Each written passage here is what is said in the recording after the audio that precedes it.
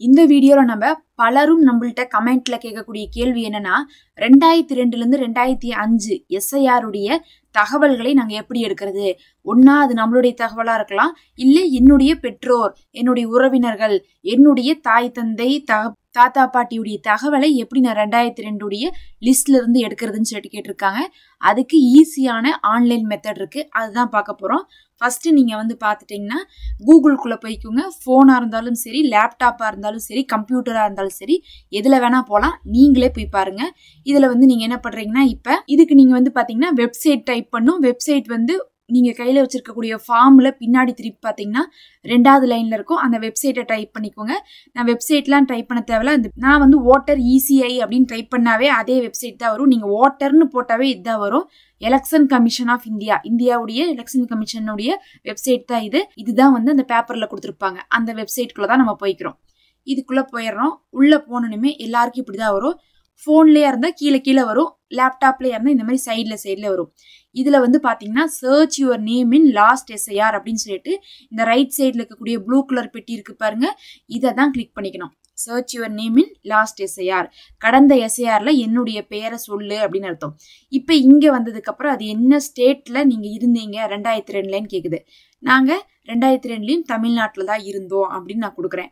ஏன்னா எந்த ஸ்டேட்டுன்னு சொல்லிட்டு கொடுத்தாதான் தனியா எடுக்கும். அதனால ஸ்டேட்டை செலக்ட் பண்ணிக்கிறோம். செலக்ட் பண்ணிட்டா இந்த மாதிரி வரும், தமிழ்நாடு அதோடைய ஓட்டர் சர்வீஸ் போர்ட்டல் அப்படின்னு சொல்லிட்டு வரும். இதுல பாத்தீங்கன்னா நிறைய ஆப்ஷன் இருக்கு. ஆனா இந்த சர்ச் பை நேம் அப்படிங்கறது கொடுத்தாதான் டக்குன்னு நமக்கு ஆன்சர் வரும். முதல்ல சர்ச் பை நேமுக்குள்ள போறேன். நேம்னா நம்மளுடைய பெயரை கொடுத்து சர்ச் பண்ணும். இப்ப யாருக்காக நீங்க சர்ச் பண்றீங்க? நீங்க 2002 லிஸ்ட்ல இருக்கிறீங்களா இல்லையா, இல்ல இருந்தீங்கன்னா அந்த தகவலை சர்ச் பண்ணா உங்க பேரை கொடுங்க. இல்ல என்னுடைய பெற்றோர்களுடைய தகவலை நான் எடுக்கணும் அப்படின்னா உங்களுடைய பெற்றோர்களுடைய பெயரை கொடுக்கணும். யாருக்கு வேணுமோ அவங்க பேரை கொடுத்துதான் இந்த இடத்துல சர்ச் பண்ணணும். இப்ப இப்படி ஒரு கேள்வி வருது. என்னென்ன கேக்குதுன்னு பாருங்க. சர்ச் பை நேம் கொடுத்ததுக்கு ஃபர்ஸ்ட் டிஸ்ட்ரிக்ட சொல்லுங்க அப்படிங்குது. அதாவது 2002 சமயத்துல யாருக்காக நீங்க பாக்குறீங்களோ அவங்க எந்த டிஸ்ட்ரிக்ட்ல இருந்தாங்கன்னு தெரியணும். நான் ஈரோடு டிஸ்ட்ரிக்ட்னு கொடுத்துக்கிறேன். அவங்க ஈரோட்ல இருந்தாங்க 20 வருஷத்துக்கு முன்னாடி. இப்ப நேம் ஆஃப் த அசம்பிளி, அதாவது தொகுதியுடைய பெயர் கேக்குறாங்க. இதை நீங்க இந்த செலக்ட் இருக்கக்கூடிய இடத்த கிளிக் பண்ணீங்கன்னா, இந்த ஹேரோ மார்க்கை கிளிக் பண்ணீங்கன்னா அதுவே ஈரோட்டை சேர்ந்த எல்லா தொகுதியுடைய பெயரையும் லைனா கொடுக்கும். அதுல இருந்து என்ன பண்ணிக்கலாம், நீங்க ஒண்ணு செலக்ட் பண்ணிக்கலாம். பெருந்துறை அப்படிங்கறத நான் செலக்ட் பண்ணிக்கிறேன். அங்கதான் அவங்க 20 வருஷத்துக்கு முன்னாடி ஓட்டு போட்டிருந்தாங்கன்ட்டு.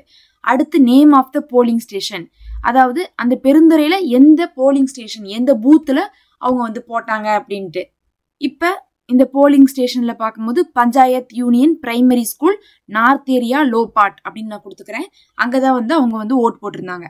அடுத்தது நேம் ஆஃப் த எலெக்டர், யாருக்காக நீங்க பாக்குறீங்களோ அவங்க பேர் எழுதுங்க. அவங்க பேரை தமிழ்ல எழுதுறது தான் சிறந்தது.